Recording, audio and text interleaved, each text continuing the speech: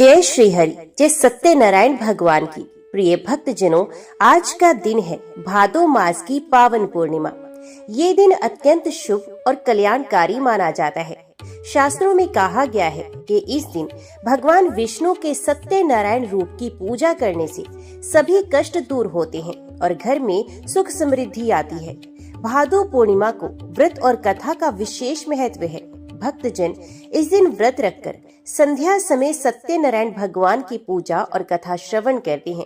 ऐसा करने से परिवार में शांति बनी रहती है और जीवन में हर कार्य सिद्ध हो जाता है।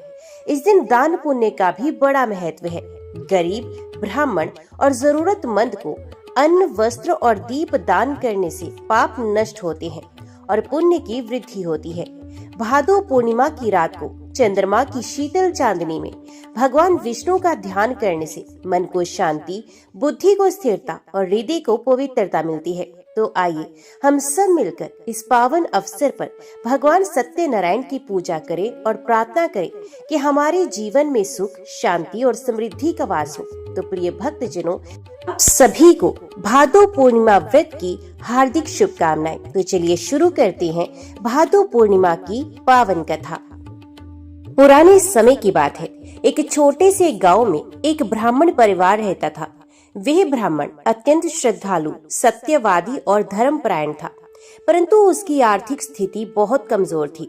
घर में अक्सर अन्न का अभाव रहता और परिवार भूखा प्यासा रह जाता। भादो मास की पूर्णिमा आई। उस दिन ब्राह्मण ने निश्चय किया कि चाहे जैसे भी हो वे सत्यनारायण भगवान की पूजा करेगा। उसने अपने घर के आंगन में मिट्टी का छोटा सा वेदी बनाकर एक कलश रखा और सच्चे मन से भगवान विष्णु का पूजन आरंभ कर दिया। पूजा करते समय उसने माता लक्ष्मी का भी ध्यान किया और कहा, हे प्रभु, हम निर्धन हैं परंतु भक्ति में धनी हैं। कृपया करें कि हमारे जीवन से दुख दूर हो और सुख शांति का वास हो। उसकी सच्ची श्रद्धा से भगवान विष्णु प्रसन्न हो गए। कथा समाप्त होते ही चमत्कार हुआ। घर के कोने में रखा हुआ अनाज का छोटा सा मटका अचानक भर गया। आंगन में एक गाय आकर बैठी और रोज दूध देने लगी। धीरे धीरे उस ब्राह्मण के घर में सुख समृद्धि बढ़ने लगी। गांव वाले आश्चर्यचकित थे, पर ब्राह्मण ने विनम्र भाव से कहा, ये सब मेरी मेहनत का नहीं बल्कि श्री हरि विष्णु और माता लक्ष्मी की कृपा का फल है। जो भी भादो पूर्णिमा पर सच्चे मन से सत्यनारायण भगवान की पूजा करता है, उसके घर से दुख दरिद्रता दूर हो जाती है। इस प्रकार भगवान विष्णु और माता लक्ष्मी की कृपा से वह ब्राह्मण परिवार सुखी और समृद्ध हो गया और हमेशा भगवान का स्मरण करता रहा। जय सत्यनारायण भगवान की। बहुत प्राचीन समय की बात है। त्रेता युग के अंत में जब धर्म की स्थिति डगमगाने लगी थी, जब पाप बढ़ने लगे थे, मनुष्य स्वार्थ और लोभ और मोह में उलझकर अपने कर्तव्यों से भटक गया था, तब देवताओं ने भगवान विष्णु की शरण ली। देवताओं ने कहा, हे प्रभु, पृथ्वी पर कल्याण की भावना लुप्त हो रही है। मनुष्य पापों में लिप्त है, सत्कर्म छोड़ चुका है। कृपया करके कोई ऐसा व्रत बताइए जिससे साधारण जन भी आपके चरणों तक पहुंच सके। भगवान विष्णु ने मुस्कुराते हुए कहा, हे देवगणों, मैं एक ऐसा व्रत प्रकट करता हूँ जिसका पालन करने मात्र से मनुष्य पापों से मुक्त होता है, संकटों से बाहर निकलता है और उसके जीवन में सुख शांति का संचार होता है। यह व्रत सत्यनारायण व्रत कहलाएगा। भगवान बोले, जो भी व्यक्ति श्रद्धा और भक्ति से इस व्रत को करेगा, वे अपने जीवन के सभी संकटों से मुक्त हो जाएगा। ये व्रत पूर्णिमा के दिन किया जाता है, किंतु इसे किसी भी शुभ तिथि, विवाह, संतान प्राप्ति या मनोकामना पूर्ति के अवसर पर भी किया जा सकता है। भगवान विष्णु ने आगे बताया, इस व्रत में मुझे सत्यनारायण रूप में पूजना चाहिए। इस व्रत की कथा में 5 प्रमुख प्रसंग होते हैं। प्रत्येक प्रसंग में मेरी कृपा का कोई विशेष चमत्कार प्रकट होता है। उसी समय देवलोक में महर्षि नारद प्रकट हुए। वे बोले, हे प्रभु, आपकी कृपा अपार है। कृपा करके इस व्रत की कथा को विस्तार से कहें। इस व्रत को कैसे किया जाए, किस प्रकार की पूजा हो, कौन कौन इसे कर सकता है। भगवान विष्णु बोले, हे नारद, सुनो, एक समय की बात है। पृथ्वी लोक पर कल्याणपुर नामक नगर था। वहाँ एक निर्धन ब्राह्मण रहता था। वे अत्यंत सत्कर्मी, सत्यवादी और धर्मनिष्ठ था, परंतु अति निर्धनता के कारण बहुत दुखी रहता था। कई बार तो उसे अन्न के एक दाने के लिए भी दिन भर भटकना पड़ता था। कल्याणपुर का वह ब्राह्मण हर दिन भिक्षा मांगकर जीवन यापन करता था, किंतु भगवान की भक्ति में कभी कमी नहीं आने देता। एक दिन थककर आंखें भरकर वे विष्णु मंदिर की सीढ़ियों पर बैठा और भगवान से प्रार्थना करने लगा, हे विष्णु प्रभु, क्या मेरी भक्ति अधूरी है? क्या मेरा विश्वास क्षीण है? मुझे केवल इतना बताइए कि मैं और क्या करूं? भगवान उसकी पुकार सुनकर प्रकट हुए और कहने लगे, हे ब्राह्मण, तुम सत्यनारायण व्रत करो, श्रद्धा से इस कथा का पाठ और पूजन करो, तुम्हारी सभी कठिनाइयां दूर होंगी। ब्राह्मण ने अत्यंत श्रद्धा से अगली पूर्णिमा को व्रत किया। उसने केले के पत्ते पर भगवान की मूर्ति बनाई, पंचामृत से स्नान कराकर उन्हें नैवेद्य अर्पित किया। प्रसाद से सूजी का हलवा, पंचमेवा, केला, दूध और तुलसी पत्र चढ़ाया। वे बैठकर कथा पढ़ने लगा। उसकी आंखों से आंसू बह रहे थे और वातावरण दिव्यता से भर गया। उसने 5 गरीब बच्चों को भोजन कराया। भिक्षा में जो मिला उसी में से अर्पण किया। कथा पूरी होते ही एक चमत्कार हुआ। उसके आंगन में एक सुंदर काले रंग की गाय प्रकट हो गई। पीछे से एक वैश्य आया और बोला, हे ब्राह्मण, ये गाय अब आपकी है। ये मेरे घर बार बार आती थी, लेकिन आज ये आपके आंगन में बैठ गई है। मैं इसे आपको दान करता हूँ। ब्राह्मण आश्चर्यचकित रह गया। उसी दिन से उसका भाग्य बदलने लगा। ब्राह्मण ने अगली पूर्णिमा को फिर व्रत किया। इस बार उसके पास कुछ ज्यादा था, दूध, आटा और शक्कर। उसने फिर से भगवान को अर्पण किया, कथा सुनाई और बच्चों को प्रसाद बांटा।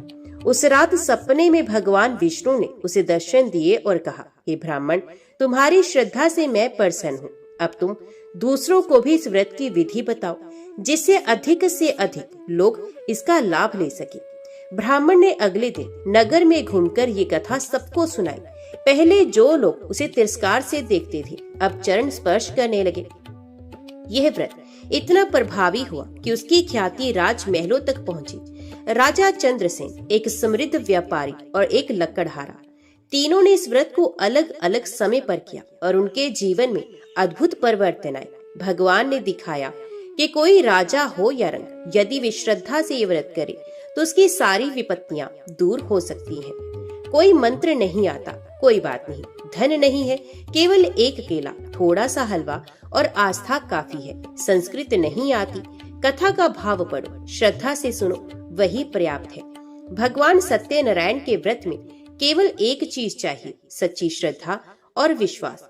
आज भी जब कोई स्त्री संतान के लिए व्रत करती है, जब कोई गृहस्थ शांति के लिए कथा कराता है, जब कोई युवक नौकरी की कामना से ये व्रत करता है, तो भगवान उसकी मनोकामना पूरी करते हैं। सत्यनारायण व्रत केवल एक कर्म कांड नहीं है, ये आत्मा और परमात्मा के बीच का संबंध है। ये श्रद्धा और कृपा का बंधन है। श्रद्धा और विश्वास से किया गया एक छोटा सा पूजन भी बड़े बड़े चमत्कार कर सकता है। यही है सत्यनारायण व्रत की महिमा। कल्याणपुर का वह ब्राह्मण जो कभी दर दर भटकता था, अब उसकी झोपड़ी में गाय का दूध, तुलसी का पौधा और प्रभु की भक्ति गूंजने लगी थी। उसने निर्णय लिया कि वे हर पूर्णिमा को सत्यनारायण व्रत करेगा, अपने लिए नहीं, पूरे समाज के कल्याण के लिए। अब वे कथा न केवल अपने घर में करता, बल्कि गांव के लोगों को भी बुलाता, उन्हें प्रसाद खिलाता और प्रभु की महिमा सुनाता। धीरे धीरे गांव के लोगों ने देखा, जिस ब्राह्मण के पास पहनने के लिए वस्त्र नहीं थे, अब उसके तन पर सादगी भरा मगर स्वच्छ धोती है। उसके घर के सामने लोग झुककर प्रणाम करने लगे। उसके वचन मधुर हो गए और आंखों में तेज आ गया। लोगों को जिज्ञासा हुई, क्या इस ब्राह्मण को कोई रत्न मिल गया है? क्या किसी राजा ने इसे धन दान कर दिया है? उसने मुस्कुराते हुए उत्तर दिया, मुझे जो मिला है वे सत्य का फल है, सत्यनारायण व्रत का फल। गांव में हलधर नामक एक किसान था, बहुत मेहनती लेकिन दुर्भाग्यशाली। उसकी फसल हर साल बर्बाद हो जाती थी। ब्राह्मण ने उसे आग्रह पूर्वक कहा, भाई हलधर, तू एक बार श्रद्धा से सत्यनारायण व्रत कर। जो हल तेरा खेत जोतता है, वही तेरे भाग्य को भी सींच देगा। हलधर ने पूरे मन से व्रत किया। कथा के दिन उसने अपनी झोंपड़ी के आंगन में पीले फूल बिछाए, केले के पत्तों से मंडप सजाया और 2 मुठ चावल से थोड़ी शक्कर चढ़ाई। वे कथा सुनते सुनते भाव विभोर हो गया। कथा के अंत में उसने आंखें बंद कर मन से कहा, हे प्रभु, मेरा खेत तो आप ही हो, आप ही बरसात बनो, आप ही सूर्य बनो। चमत्कार हुआ। उस वर्ष गांव में बारिश बहुत हुई, लेकिन हलधर का खेत सबसे अधिक उपज देने वाला निकला। वही गांव में एक विधवा स्त्री थी, शांता। उसका इकलौता बेटा कई वर्षों से रोगग्रस्त था। शरीर हड्डियों का ढांचा मात्र था। वैद्य, तांत्रिक, मंत्र पाठ सब निष्फल। ब्राह्मण ने कहा, शांता, तू केवल एक बार इस व्रत को कर और देख प्रभु का प्रताप। शांता ने भी व्रत किया। उसके पास कुछ नहीं था। उसने केवल एक सूखा नारियल, एक केला और अपनी आंखों से बहते आंसुओं को अर्पित किया। व्रत के समापन पर कथा के बीच में उसका बालक, जो महीनों से बिस्तर से नहीं उठा था, वे उठकर बोला, माँ, मुझे भूख लगी है, प्रसाद मिलेगा। सारा गांव सन्न रह गया। लोग बोले, ये तो चमत्कार है। ये सब देख गांव का राजा चंद्रसेन भी चकित हुआ। उसने ब्राह्मण को बुलाकर पूछा, हे महामना, ये सब क्या है? क्या एक व्रत इतनी शक्ति रखता है? ब्राह्मण ने विनम्रता से कहा, राजन, ये व्रत नहीं, ये प्रभु सत्यनारायण की साक्षात महिमा है। जो इसे सच्चे मन से करे उसका उद्धार निश्चित है। राजा ने पूछा, क्या मैं भी कर सकता हूँ? तो ब्राह्मण ने कहा, राजा हो या रंग, ये व्रत सभी के लिए है। जब तक मन में अहंकार ना हो और श्रद्धा हो, तब तक सत्य का द्वार सबके लिए खुला हुआ है। राजा ने तुरंत राजमहल में मंडप सजवाया। चंदन, फूल, धूप, दीप, फल, नारियल और मीठे प्रसाद से पूजा हुई। कथा के 5 अध्यायों का श्रवण हुआ। ब्राह्मण ने संकल्प विधि संपन्न करवाई। उसी रात राजा को स्वप्न में भगवान सत्यनारायण ने दर्शन दिए। भगवान बोले, हे चंद्रसेन, तू अब से धर्म की रक्षा करना, न्याय से राज्य करना और इस व्रत को जन जन तक पहुंचाना। सुबह राजा ने घोषणा की, प्रत्येक पूर्णिमा को सत्यनारायण व्रत राजमहल में संपन्न होगा और जो भी चाहे वे इसमें सम्मिलित हो सकता है। अब राजा पहले से भी अधिक दयालु, न्यायप्रिय और विनम्र हो गया। कर घटा दिया गया। किसानों को अनाज का भंडार दिया गया। साधु संतों को आदर मिलने लगा और सबसे बड़ा बदलाव, राजमहल में दिन रात हरि नाम संकीर्तन होने लगा। लोग अब राजा को प्रभु भक्त चंद्रसेन कहकर पुकारने लगे।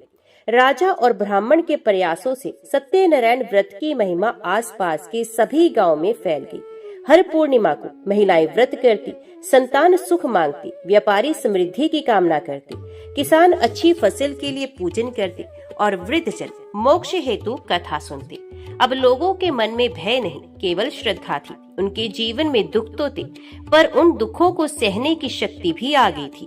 कल्याणपुर का वे निर्धन ब्राह्मण, जिसने भिक्षा में जीवन बिताया, आज भक्ति का दीपक बन चुका था। उसने न केवल अपने जीवन को बदला, बल्कि पूरे नगर को प्रभु के मार्ग पर चलने की प्रेरणा दी। श्रद्धा जब संकल्प बनती है, तब वे केवल पूजा नहीं रहती, वे बन जाती है एक क्रांति, एक चमत्कार। धन से सुख खरीदा जा सकता है, लेकिन भगवान की कृपा केवल श्रद्धा से ही मिलती है। एक समय की बात है, भद्रपुरी नामक नगर में सुधाकर नामक एक अत्यंत धनी व्यापारी रहता था। उसके पास सोने चांदी की थालियां, महंगे वस्त्र, घोड़ों की सवारी और व्यापार के लिए विशाल जहाज तक थे। वही दिखने में धार्मिक था, बड़े बड़े मंदिरों को दान देता, ब्राह्मणों को अन्न बांटता, लेकिन उसके भीतर अहंकार छिपा बैठा था। वे सोचता था, मैं धन से जो चाहूं खरीद सकता हूं, भगवान को भी यदि प्रसन्न करना है तो सोने की मूर्ति चढ़ा दूंगा।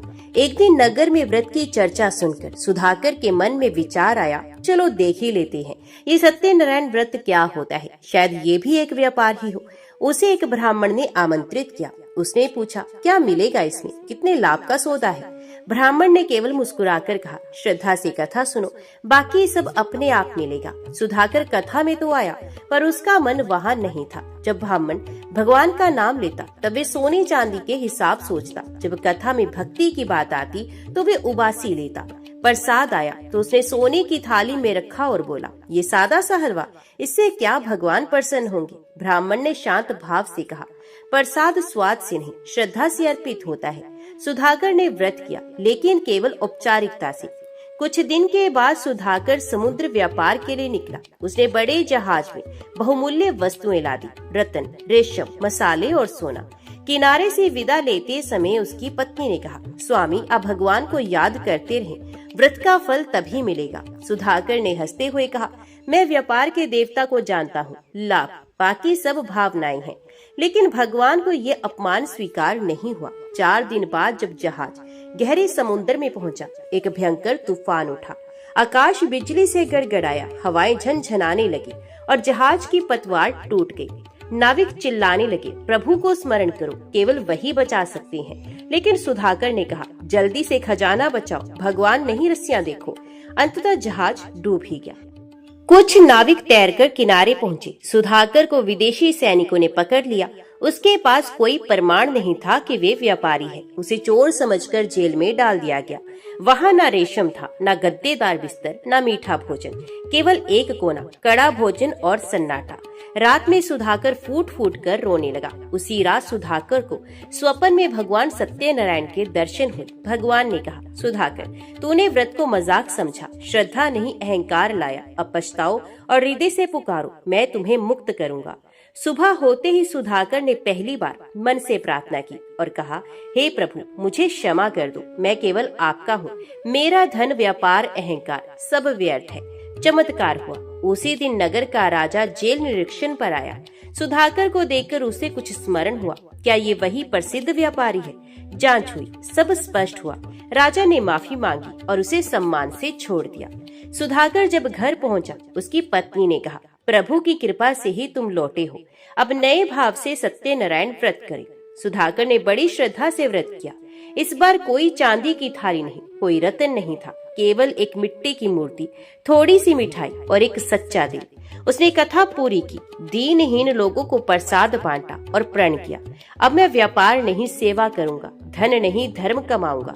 अब सुधाकर गांव-गांव जाकर व्रत कराता, गरीबों की मदद करता और लोगों को भगवान के सच्चे स्वरूप की जानकारी देता। उसने अपने अनुभव को एक पंक्ति में समझाया, सत्य की पूजा केवल लिप सेवा नहीं, आत्मा की सेवा होनी चाहिए। सुधाकर की कथा ये सिखाती है कि अगर श्रद्धा ना हो तो सबसे बड़ा व्रत भी निष्फल हो सकता है। भगवान को सोना नहीं चाहिए, उन्हें तो बस आपका सच्चा मन चाहिए। जो सत्य से मुंह मोड़ता है, वे जीवन की परीक्षा में हर बार चूकता है। सत्यनारायण व्रत केवल व्रत नहीं, एक जीवन पथ है। भद्रपुरी नगर में सेठ विशंभर नामक एक धनाढ्य वणिक व्यापारी रहता था। उसके पास बहुतेरे रथ, गहने, हवेलियां और व्यापार के लिए कई कारखाने थे। उसकी एक ही संतान थी, पुत्री शुभला। शुभला रूपवती, गुणवती और अत्यंत सुशील कन्या थी।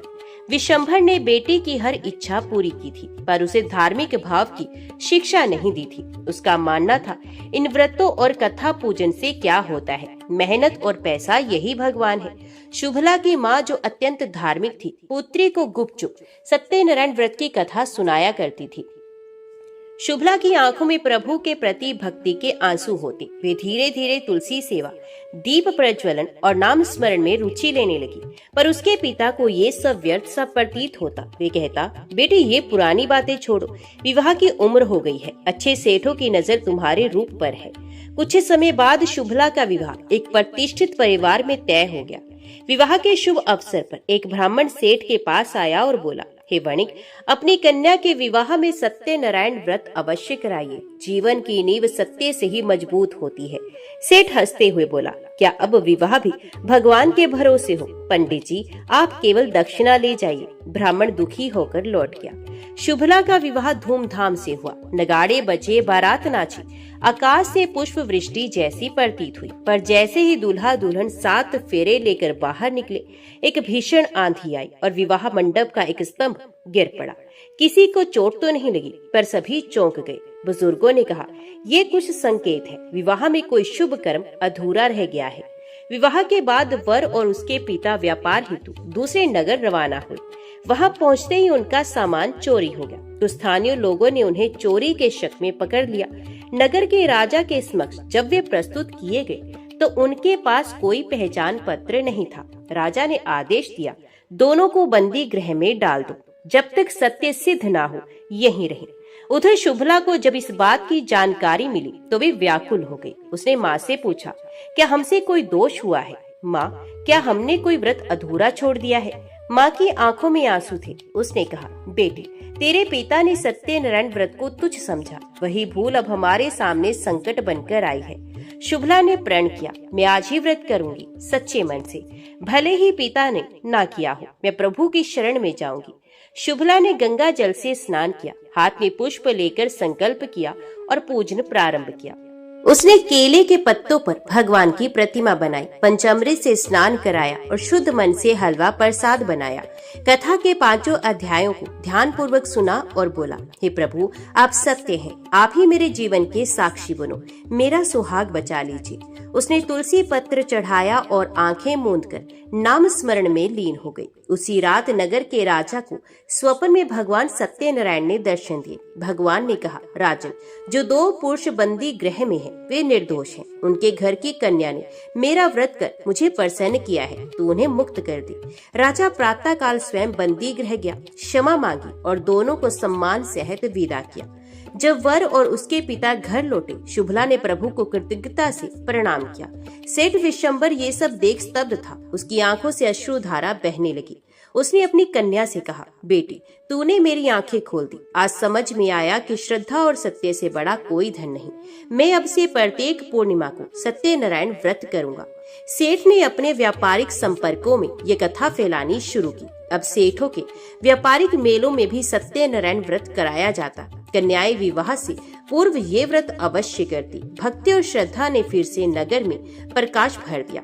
एक कन्या की सच्ची भक्ति ने उसके परिवार को संकट से उबारा और एक पिता की भूल ने उसे जीवन भर की सीख दी। सत्यनारायण व्रत में आस्था से किया गया छोटा सा प्रयास भी बड़े संकटों से मुक्ति दिलाता है। बहुत पुराने समय की बात है। ये कथा उस समय की है जब कलयुग का प्रारंभ हुआ था। धर्म क्षीण हो चला था। लोभ और स्वार्थ ने मनुष्य की आत्मा को ग्रस लिया था। गांव में सत्य नहीं बचा था। मंदिर सूने हो गए थे और लोग पाप के मार्ग पर बढ़ चले थे। देवता भी व्याकुल थे, कब कोई भक्त हमें पुकारेगा। वाराणसी के समीप एक छोटा सा गांव था, शुक्लपुर। वहां का हर निवासी अपने ही जीवन के संकट में उलझा था। किसी के पास भोजन नहीं, किसी के पास संतान नहीं और किसी के पास चैन की नींद नहीं। इस गांव में रहता था एक गरीब ब्राह्मण, नाम था सुदामा। सच्चा, सरल और हृदय से परम भक्त। लेकिन उसके पास धन नहीं था, सम्मान नहीं था और संसार उसे केवल एक बोझ समझता था। सुदामा दिन भर भीख मांगता। किसी घर में सूखी रोटी मिलती, कहीं से एक मुट्ठी चावल, लेकिन वे कभी भगवान की पूजा करना नहीं भूलता था। एक टूटी हुई मिट्टी की मूर्ति थी उसके घर में। उसी को भगवान विष्णु मानकर वे नित्य जल, तुलसी और एक ताजे फूल से पूजा करता और कहता, हे प्रभु।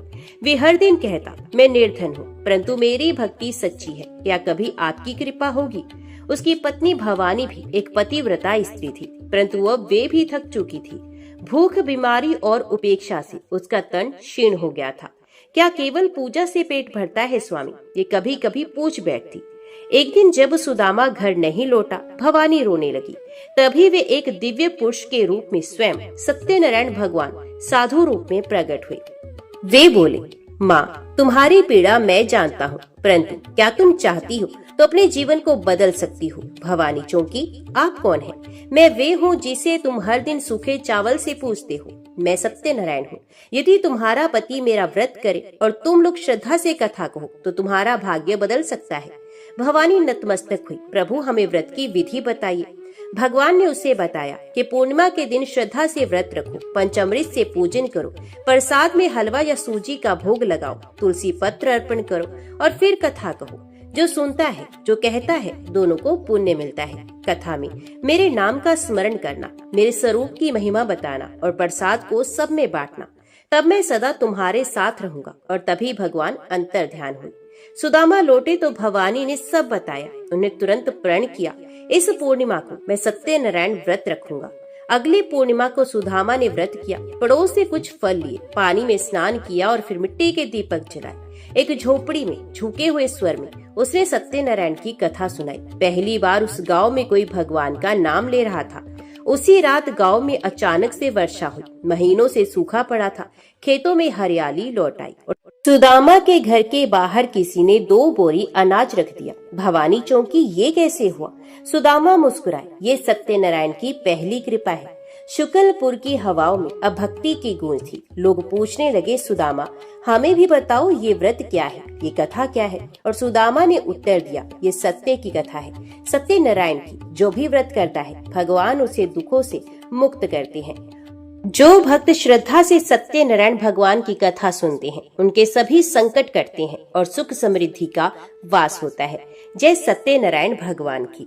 ऋषियों ने सूत जी से पूछा, महामुनि, किस व्रत या तप से अभीष्ट फल की प्राप्ति होती है? हम सुनना चाहते हैं, कृपया बताइए। सूत जी बोले, देवर्षि नारद ने यही बात भगवान कमलाकांत से पूछी थी। उन्होंने जो उसका उत्तर दिया था उसी को आप सुनिए। एक दिन दूसरों पर अनुग्रह करने वाले योगी नारद जी विविध लोकों में घूमते हुए मृत्यु लोक में आए। उन्होंने देखा यहाँ के सभी मनुष्य भांति भांति के दुखों से पीड़ित हैं और अपने अपने कर्म के फल स्वरूप विविध योनियों में जन्म लेकर कलेश पा रहे हैं। वे सोचने लगे कि इस उपाय से इनका दुख निश्चित रूप से दूर हो सकता है। मन ही मन इस प्रकार सोचकर वे विष्णु लोक में गए और वहां जाकर उन्होंने शंख चक्र गदा पद्मधारी वनमाला से विभूषित शुक्ल वर्ण चतुर्भुज देव देवेश्वर भगवान नारायण को देखकर कुछ कहना चाहा। नारद जी बोले, आप मन और वाणी से अतीत अनंत शक्ति हैं, आदि मध्य और अंत से रहित है, निर्गुण है, गुणात्मा है, सबकी आदि भूत है और भक्तों के दुख का नाश करने वाले हैं। आपको नमस्कार है। भगवान विष्णु ने नारद का स्तवन सुनकर उत्तर दिया। श्री भगवान बोले, महाभाग, तुम किस लिए यहाँ आए हो और तुम्हारे मन में क्या अभिलाषा है? बताओ, मैं तुम्हारी सब बातों का उत्तर दूंगा।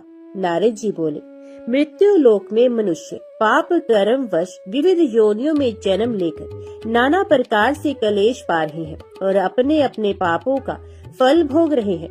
हे नाथ, उनके वे सारे कलेश सहज में ही कैसे दूर हो सकते हैं? यदि मुझ पर आपकी कृपा है तो वह उपाय मुझे बताइए, उसी को सुनने की मेरी इच्छा है। श्री भगवान ने कहा, वत्स, लोगों के प्रति अनुग्रह कामी होकर तुमने बड़ी अच्छी बात पूछी है। जिसके करने से मनुष्य मोह से मुक्त होता है, वह मैं तुमसे कह रहा हूँ, सुनो। एक अत्यंत पवित्र व्रत है जो स्वर्ग या पृथ्वी पर अति दुर्लभ है। मैं स्नेहवश हे विप्र आज उसी को प्रकट कर रहा हूँ। इस व्रत का नाम सत्यनारायण व्रत है। इसको भली भांति विधान पूर्वक बतलाता हूँ। इस व्रत का सम्यक रूप से अनुष्ठान किए जाने पर इस लोक में सुख भोग कर मनुष्य परलोक में मोक्ष को प्राप्त करता है।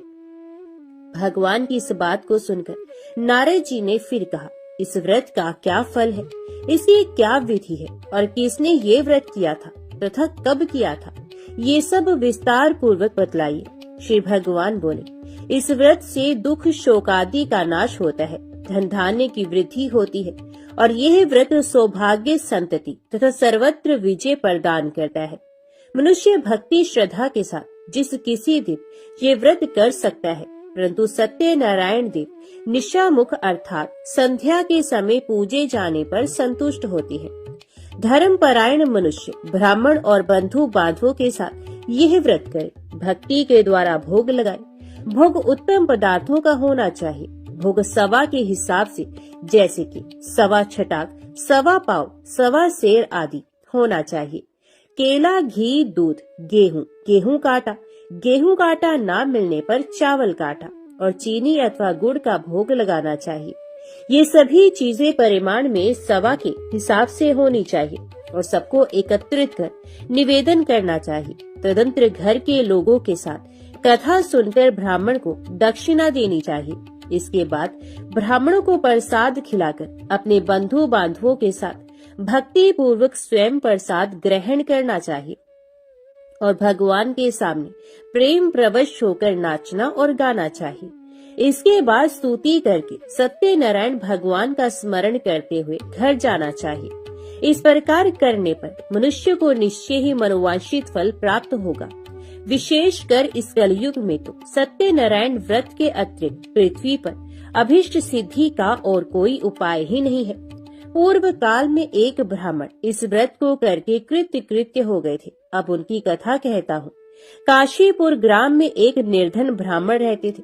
वे भूख प्यास से व्याकुल होकर सदा पृथ्वी पर भटका करते थे। ब्राह्मण को दुखी देखकर ब्राह्मण प्रिय भगवान वृद्ध ब्राह्मण का रूप बनाकर उनके पास आए और उन्होंने आदर के साथ पूछा, ब्राह्मण देवता, आप किस लिए अत्यंत दुखित होकर सारी पृथ्वी पर भटक रहे हैं? यदि आपकी अभिरुचि हो तो सारी बात मुझसे कहिए, मैं सुनना चाहता हूँ। ब्राह्मण ने कहा, मैं बड़ा गरीब हूँ और भीख मांगने के लिए ही इस प्रकार भटकता रहता हूँ। आप कोई उपाय जानते हो तो हे प्रभु कृपा पूर्वक मुझे बताइए। वृद्ध ब्राह्मण ने कहा, सत्यनारायण विष्णु भगवान मनचाहा फल देते हैं। द्विज श्रेष्ठ, आप सत्यनारायण का उत्तम व्रत करें। मनुष्य इस व्रत को करके सब दुखों से मुक्त हो जाता है। श्री भगवान बोले। वृद्ध बने हुए सत्यनारायण ब्राह्मण को आदर पूर्वक व्रत की पूरी विधि बताकर वहां से अंतर ध्यान हो गई। तदंतर वे ब्राह्मण मन ही मन भगवान का चिंतन करते हुए घर लौटे। उन्होंने समझा कि नारायण ने ही मुझको ये व्रत बतलाया है, अतएव मैं इस व्रत को करूंगा। ब्राह्मण इसी सोच विचार में रहे। उनको रात्रि में नींद भी नहीं आई। प्रातः काल उठते ही मैं सत्यनारायण व्रत करूंगा, ये संकल्प करके ब्राह्मण भिक्षा के लिए चले गए। उस दिन ब्राह्मण को भिक्षा में प्रचुर द्रव्य की प्राप्ति हुई। उसके द्वारा उन्होंने बंधु बांधवों के साथ सत्यनारायण का व्रत किया और उस व्रत के प्रभाव से वे श्रेष्ठ ब्राह्मण समस्त दुखों से छूटकर संपूर्ण संपत्ति से संपन्न हो गए। तब से वे प्रति मास सत्यनारायण व्रत करने लगे। श्री भगवान ने कहा, वे उत्तम ब्राह्मण वृद्ध रूपधारी नारायण के द्वारा व्रत को जानकर सारे पापों से मुक्त हो गए और उन्होंने दुर्लभ मोक्ष की प्राप्ति की। नारद, जिस समय इस व्रत का पृथ्वी में प्रचार होगा उसी समय मनुष्यों के समस्त दुख नष्ट हो जाएंगे। सूत जी बोले, ब्राह्मणों, नारायण ने महात्मा नारद को जैसा कहा था ठीक वैसा ही मैंने आप लोगों से कह दिया, अब और क्या कहूँ। ऋषियों ने पूछा, इसके बाद पृथ्वी पर इस व्रत का अनुष्ठान किस मनुष्य ने किया था? हे मुने, ये सब हम सुनना चाहते हैं। इस विषय में हमारे मन में बड़ी श्रद्धा उत्पन्न हो गई है। सूत जी बोले, मुनियों, उसके बाद पृथ्वी पर किसने ये व्रत किया था सो सुनो। एक दिन वे श्रेष्ठ ब्राह्मण अपने बंधु बांधवों के साथ अपने वैभव के अनुरूप व्रत कर रहे थे। इसी समय वहाँ एक लकड़हारा आया। लकड़हारे ने लकड़ी बाहर रख दी और वह ब्राह्मण के घर के अंदर चला गया। उस समय वह प्यास से पीड़ित था। उन ब्राह्मण को कार्य में लगे देखकर प्रणाम करके उसने पूछा, महाराज, आप ये क्या कर रहे हैं? तो ब्राह्मण ने कहा, ये सत्यनारायण का व्रत है। ये व्रत दुख दारिद्र्य का नाश करता है, सब प्रकार की इच्छित वस्तुओं को देता है और पुत्र पौत्र आदि की वृद्धि करता है। इस व्रत के प्रभाव से ही धन धान्य आदि महान समृद्धि से मेरा घर भर गया है। ब्राह्मणों की इस बात को सुनकर लकड़हारे को बड़ा हर्ष हुआ। वे जल पीकर और प्रसाद लेकर स्थिर मन से सत्यनारायण देव का चिंतन करता हुआ नगर में गया। उसने मन ही मन कहा कि आज लकड़ियों के बेचने पर जो कुछ मिलेगा उसी के द्वारा मैं सत्यदेव का उत्तम व्रत करूंगा। इस प्रकार मन में विचार कर वे लकड़ियों के बोझ को सर पर उठा के नगर में धनियों के रमणीय स्थान में पहुंचा। आज लकड़हारे को लकड़ियों का दूना मूल्य मिला। उसका हृदय प्रसन्न हो गया। वे पके हुए केले, चीनी, घी, दूध और गेहूं का आटा सब वस्तुएं सवाए हिसाब से लेकर घर पहुंचा। तदंतर बंधु बांधवों को निमंत्रण देकर उसने विधि पूर्वक व्रत किया। उस व्रत के प्रभाव से वह लकड़हारा धन और पुत्र से संपन्न हो गया तथा इहलोक में सुख भोगकर अंत में सत्यपुर को प्राप्त हुआ। एक घटना और कहता हूँ, सुनो। पूर्व काल में उल्कामुख नामक एक जितेंद्रिय सत्यवादी प्रबल पराक्रमी राजा थे। वे बुद्धिमान राजा प्रतिदिन भगवान के मंदिर में जाते और धन देकर ब्राह्मणों को संतुष्ट करते थे। उनकी पत्नी का नाम था भद्रशिला। वे सरोज वदना, परमुग्धा और पति परायणा स्त्री थी। राजा रानी के साथ समुद्र के तीर पर जाकर सत्यनारायण का व्रत किया करते थे। एक दिन जब राजा व्रत कर रहे थे, एक साधु नामक वणिक वहां आया। वे व्यापार के लिए नाना प्रकार के रत्न आदि पदार्थों को नौका में भरकर लाया था। वणिक समुद्र के किनारे नाव को खड़ी करके तट के ऊपर आया और व्रत करते हुए राजा को देखकर उसने विनय पूर्वक पूछा। साधु ने कहा, राजन, भक्ति युक्त चित्त से आप ये क्या अनुष्ठान कर रहे हैं? इस समय मेरी इसे जानने की इच्छा है, अतएव आप समझाकर कहें। राजा बोले, साधु, मैं अपने बंधु बांधवों के साथ अतुलनीय तेज युक्त भगवान विष्णु की पूजा कर रहा हूँ। मेरा यह व्रत पुत्र आदि की प्राप्ति के लिए है। तदंतर साधु ने राजा को आदर पूर्वक प्रणाम करके कहा, राजन, इस व्रत की सांगोपांग विधि आप मुझे बताएं, क्योंकि मैं भी ये व्रत करूंगा। मेरे भी संतान नहीं, इस व्रत से मुझे निश्चय ही संतान की प्राप्ति होगी। इतना कहकर वणिक ने उन राजा से व्रत की विधि अच्छी तरह पूछकर वहां से प्रस्थान किया और अपने वाणिज्य का काम पूरा करके वे आनंद के साथ घर लौटा। कुछ ही दिनों के बाद उसकी पतिव्रता पत्नी गर्भवती हुई और समय पर उसने एक अति सुंदर कन्या को जन्म दिया। कन्या शुक्ल पक्ष के चंद्रमा की भांति दिनों दिन बढ़ने लगी। वणिक ने उसका जात कर्म आदि संस्कार करवाकर उसका नाम रखा कलावती। तदंतर वणिक पत्नी लीलावती ने मधुर वचनों में पति से कहा, स्वामी, अपने पूर्व में जो सत्यनारायण व्रत करने की प्रतिज्ञा की थी उसे अब पूरी क्यों नहीं कर रहे हैं? तो साधु ने उत्तर दिया, प्रिय, मैं कलावती के विवाह के समय सत्यनारायण का व्रत करूंगा। पत्नी को इस प्रकार आश्वासन देकर साधु वणिक समुद्र के तट की ओर चला गया। इधर पिता के घर में कलावती बढ़ने लगी। इसके बाद धर्म के जानने वाले पिता ने जब अपनी पुत्री को विवाह के योग्य देखा, तब अपने बंधु बांधवों से परामर्श करके साधु ने वर ढूंढने के लिए दूत को भेजा। दूत साधु का आदेश पाकर कांचन नगर गया और वहां कलावती के योग्य एक उत्तम वर की खोज करके वहां से उस वणिक पुत्र को साथ लेकर लौट आया। साधु वणिक उस सुंदर और सद्गुणी वणिक कुमार को देखकर बड़ा प्रसन्न हुआ और अपनी जाति बंधुओं के साथ मिलकर प्रसन्नता पूर्वक यथा विधि अपनी कन्या को उसको अर्पण कर दिया। दुर्भाग्यवश कलावती के विवाह के समय भी वणिक उस उत्तम व्रत की बात भूल गया। इससे भगवान उस पर रुष्ट हो गए। कुछ दिनों के बाद वह व्यापार में निपुण वणिक अपने श्रीमान जमाता को साथ लेकर व्यापार के लिए बाहर गया और राजा चंद्रकेतु के राज्य में समुद्र के समीप रमणीय रतनसार नगर में जा पहुंचा। वहां एक पुरी बनाकर वे अपना व्यापार करने लगा। उसी समय प्रभु सत्यनारायण ने साधु को मिथ्यावादी जानकर उसे शाप देते हुए कहा, आज से कुछ ही दिनों में यही तुम दुख को प्राप्त होगे। इधर उसी दिन एक चोर ने राजमहल में धन चुराया। चोर धन को लेकर साधु के मकान के बगल के रास्ते से जा रहा था। उसने घूमकर पीछे की ओर देखा। राजा के दूत उसके पीछे पीछे दौड़ रहे थे। वे डर गया और चुराए हुए धन को वहीं छोड़कर जल्दी से भाग गया। दूतों ने आकर देखा साधु वणिक के घर के पास राजा का धन पड़ा है। तब उन्होंने जमाता के साथ साधु को पकड़ लिया और उन्हें बांधकर प्रसन्न मन से तुरंत राजा के समीप ले जाकर कहा, प्रभु, दोनों चोर पकड़कर आ गए हैं। इनको देखिए और आज्ञा दीजिए कि क्या किया जाए। तत्पश्चात राजा की आज्ञा से दूतों ने दोनों वणिकों को अच्छी तरह बांधकर बड़े कठिन कारागार में डाल दिया। उसी समय उनके संबंध में कोई भी विचार नहीं किया गया। उन दोनों ने बहुत कुछ कहा, परंतु सत्यनारायण देव की माया से किसी ने उनकी एक भी नहीं सुनी। इसके बाद राजा चंद्रकेतु ने उनकी सारी धन संपत्ति छीन ली। इधर सत्यदेव के शाप से घर में लीलावती और कलावती पर भी दुख आ पड़ा। घर में जो भी कुछ था, धन संपत्ति थी, चोरों ने सारी चोरी कर ली। लीलावती मानसिक और शारीरिक व्याधि से तथा भूख प्यास से पीड़ित हो दाने दाने की चिंता में नगर में घर घर भटकने लगी। इस प्रकार कलावती भी प्रतिदिन अन्न के लिए भटकने लगी। एक दिन भूख से व्याकुल कलावती घर से निकलकर किसी ब्राह्मण के घर पहुंची। उसने देखा वहाँ सत्यनारायण का व्रत हो रहा है। वे वहाँ बैठ गई और कथा सुनकर उसने भगवान से मनोरथ पूर्ति के लिए प्रार्थना की। इसके बाद प्रसाद लेकर उसी रात को वे अपने घर लौट आई।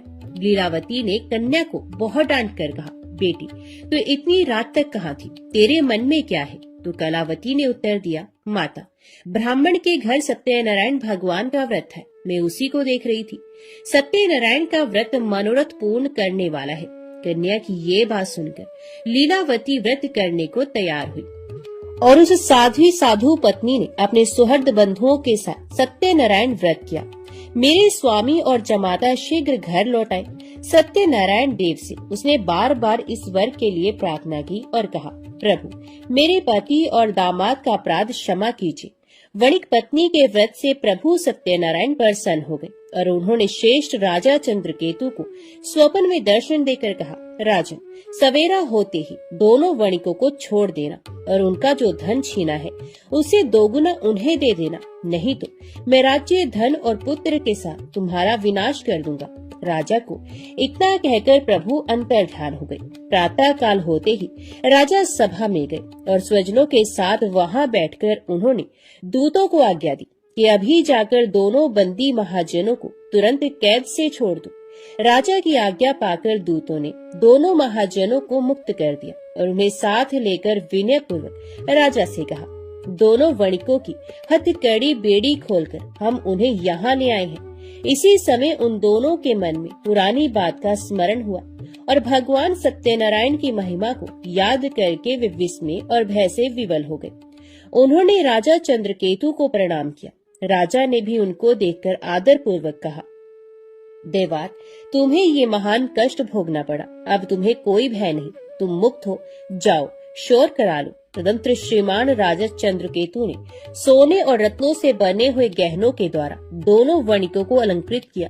बड़ी मीठी वाणी से उनको अति सुख पहुंचाया और छीने हुए धन से दोगुना धन देकर उनसे कहा, साधो अपने घर चले जाओ।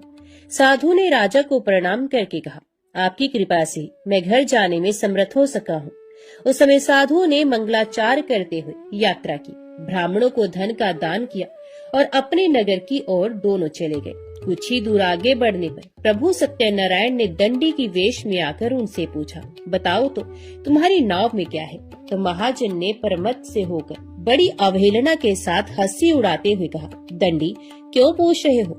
तुम्हें रुपए चाहिए क्या? मेरी नाव में तो लता पत्र भरे हैं।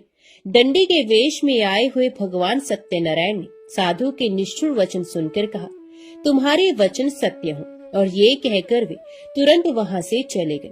दंडी के कुछ दूर चले जाने पर साधु भी समुद्र के किनारे पहुंचा और नित्य क्रियादि करके नाव पर गया तो देखा नाव में लता पत्र भरे पड़े हैं। ये देखकर उसे बड़ा विस्मय हुआ और वे मूर्छित होकर पृथ्वी पर गिर पड़ा। थोड़ी देर के बाद चेत होने पर वे बड़ी चिंता में डूब गया। श्वशुर की ये दशा देखकर जमाता ने उनसे कहा, आप किस लिए शोक कर रहे हैं? ये सब दंडी के शाप का फल है। वे सब कुछ करने में समर्थ है, वे ही हरता वे ही करता है, इसमें कोई संदेह नहीं। हम लोग उन्हीं की शरण ले तो हमारा मनोरथ पूर्ण हो जाएगा। जमाता की ये बात सुनकर साधु दौड़कर दंडी के पास पहुंचा और उनके दर्शन करके भक्ति पूर्वक नमस्कार कर उनसे बोला, मैं बड़ा दुरात्मा हूँ। आपकी माया से मुग्ध होकर मैंने जो कुछ कह दिया है उसके लिए क्षमा करें। मैंने आपके सामने दुष्ट वाक्यों का प्रयोग किया है। हे नाथ, मुझे इसके लिए क्षमा करें। क्षमा ही साधुओं का धन है। साधु तो दूसरों के उपकार करने में ही लगे रहते हैं। यो कहकर शोक विकल वणिक बार बार प्रणाम करने लगा और रोने लगा। साधु वणिक को विलाप करते देखकर दंडी ने कहा, रो मत, मेरी बात सुनो। दुर्मते, तुम मेरे अपमान करके मेरी पूजा से विमुख हो गए थे, उसी के फल स्वरूप बार बार दुख को प्राप्त होती हो। भगवान के इस प्रकार के वचनों को सुनकर साधु ने भगवान की स्तुति की। साधु बोला, प्रभु, ब्रह्मादि स्वर्गवासी देवता आपकी माया से मोहित होकर आपकी आश्चर्यमय रूप और गुणों को नहीं जान पाते। मैं भी आपकी माया से मुग्ध हूँ, अतएव आपको कैसे जान सकूंगा? आप प्रसन्न हो, मैं अपने वैभव के अनुसार आपकी पूजा करूंगा। मैं आपके शरणागत हूँ, मुझे पुत्र और वित्त दीजिए, मेरी रक्षा कीजिए। साधु के इस प्रकार के भक्ति युक्त वचनों को सुनकर भगवान जनार्दन पर तुष्ट हो गए और साधु को मनचाहा वर देकर वहीं अंतर्ध्यान हो गए। तदंतर साधु ने नाव पर चढ़कर देखा, नाव रत्न आदि से भरी है। सत्य देव की दया से मुझे वांछित फल मिल गया। यो कहकर साधु ने अपने मित्रों के साथ विधिवत सत्यनारायण की पूजा की और बड़े हर्ष के साथ यात्रा आरंभ की। नौका बड़े वेग से चलने लगी। दोनों अपने देश में आ पहुँचे। साधु ने जमाता से कहा, वत्स, वह देखो, मेरी पूरी दिखाई दे रही है। तत्पश्चात साधु ने अपने धन के रखवाले दूत को नगर में भेजा। दूत ने साधु की पत्नी लीलावती के समीप जाकर हाथ जोड़कर प्रणाम करते हुए कहा, आपके पतिदेव नाना प्रकार के धन रत्नों के साथ अपने जमाता और सुहृद मित्रों से घिरे हुए आ रहे हैं। साध्वी वणिक पत्नी दूत के मुख से स्वामी और जमाता के आने का समाचार सुनकर बड़ी हर्षित हुई और सत्य देव की पूजा करके उसने अपनी लड़की से कहा, मैं पति की अगुवानी के लिए जाऊंगी, तुम भी तुरंत मेरे साथ चलो। माता की बात सुनकर कलावती ने सत्यनारायण का व्रत किया, परंतु प्रसाद लिए बिना ही वे पति के सामने चले गए। इससे सत्यनारायण देव रुष्ट हो गए। धन रतन और जवाई को लेकर नौका जल में अदृश्य हो गई। कलावती ने जब पति को नहीं देखा तब वह शोक से अत्यंत व्याकुल होकर रोती हुई जमीन पर गिर पड़ी। अपने पति और नाव के ना दिखने से अत्यंत शोकातुर थी। कन्या की इस दशा को देखकर साधु बहुत डर गया। उसने सोचा ये क्या आश्चर्य हो गया। नाव खेने वाले भी बड़ी चिंता लेने लगे। ये सब देखकर पतिव्रता लीलावती अत्यंत दुख से विवल होकर विलाप करती हुई स्वामी से बोली, मैंने अभी अभी ज्वाई को देखा था। क्षण मात्र में ही नौका के साथ जमाता दृश्य हो गए। अब वे कहीं नहीं दिख रहे। पता नहीं किस देवता ने उन्हें इस प्रकार हरण कर लिया। आप क्या भगवान सत्यदेव के प्रभाव को नहीं जानते? लीलावती इस प्रकार कहकर विलाप करने लगी। उसी के साथ सारे बंधु बांधव भी रोने लगे। लीलावती अपनी कन्या को गोद में लेकर रुदन करने लगी। कन्या कलावती ने स्वामी को डूबा हुआ जानकर दुखित हृदय से पति की पादुका को लेकर सती होने का निश्चय किया। धर्म को जानने वाला साधु वणिक कन्या की ये स्थिति देखकर अपनी पत्नी के साथ शोक से अत्यंत व्याकुल हो उठा और उसने मन ही मन सोचा, निश्चय ही सत्यदेव की माया के द्वारा ही मेरे जामाता हरे गए हैं। अपने वैभव के अनुसार भगवान सत्यनारायण की पूजा करूंगा। साधु ने वहाँ सब लोगों को बुलाकर ये बात कही और अपना मनोरथ व्यक्त करते हुए पृथ्वी पर दंड की भांति पड़कर वह बार बार भगवान सत्यदेव को प्रणाम करने लगा। इससे सत्यदेव प्रसन्न हो गए। उन्होंने आकाश से ही साधु के प्रति कहा, साधु, तुम्हारी कन्या मेरे भोग का तिरस्कार करके पति को देखने के लिए आ गई, इसलिए इसका पति अदृश्य हो गया। अब वे घर जाए, प्रसाद लेकर लौट कर आए, तब अवश्य उसे स्वामी का सुख प्राप्त होगा, इसमें कोई संदेह नहीं। वणिक नंदनी कलावती ने गंगन मंडल में ये प्राण दान करने वाली वाणी सुनी और सुनकर तुरंत ही वे घर चले गए। वहां जाकर उसने प्रसाद लिया। तदंतर वे जब लौट कर आई तब अपने पति को, नाव को और समस्त बंधुओं को देखकर अत्यंत सुखी हुई। उसने पिता से कहा, पिताजी आइए हम लोग घर चले, अब देर क्यों कर रहे हैं? कन्या की इस बात को सुनकर वणिक प्रसन्न हो गया और विधि विधान के साथ भगवान सत्यनारायण की पूजा करके धन रतन और बंधुओं के साथ वे अपने घर पहुंचा। तदंतर प्रत्येक संक्रांति और पूर्णिमा को यथा विधि सत्यनारायण की पूजा करता हुआ वे इस लोक में सुखी होकर अंत में सत्यपुर को प्राप्त हो गया। सूत जी बोले, श्रेष्ठ मुनियों, एक उपाख्यान और सुनिए। पूर्व काल में वंशध्वज नामक एक प्रजा पालन में तत्पर राजा थे। उन्होंने सत्यदेव के प्रसाद का परित्याग किया था, इसलिए वे दुख को प्राप्त हुए। एक दिन राजा ने वन में जाकर विविध प्रकार के मृगों का शिकार किया। फिर जब विश्राम के लिए वे बरगद के वृक्ष के नीचे आए तब उन्होंने देखा ग्वाले लोग बड़े संतुष्ट मन से मित्रों को साथ लेकर भक्ति पूर्वक भगवान सत्यनारायण देव की पूजा कर रहे हैं। राजा ने सत्यनारायण की पूजा होती देखी, पर घमंड के कारण ना तो वे वहां गए न प्रणाम ही किया। ग्वाले राजा के पास प्रसाद रखाए और पूजा की जगह आकर प्रसाद लेकर अपने घरों को चले गए। राजा ने प्रसाद नहीं लिया, इसलिए वे बड़े दुख में पड़े। उनके 100 पुत्र मर गए, धन धान्य आदि समस्त संपत्ति नष्ट हो गई। तब उन्होंने सोचा, सत्यदेव ने ही मेरा सब कुछ नष्ट कर दिया है, इसलिए जिस स्थान पर ग्वाले पूजा कर रहे हैं मैं वहां जाऊंगा। राजा ने मन ही मन ऐसा निश्चय किया और ग्वालों के पास जाकर उनके साथ भक्ति श्रद्धा पूर्वक यथाविधि सत्यदेव की पूजा की।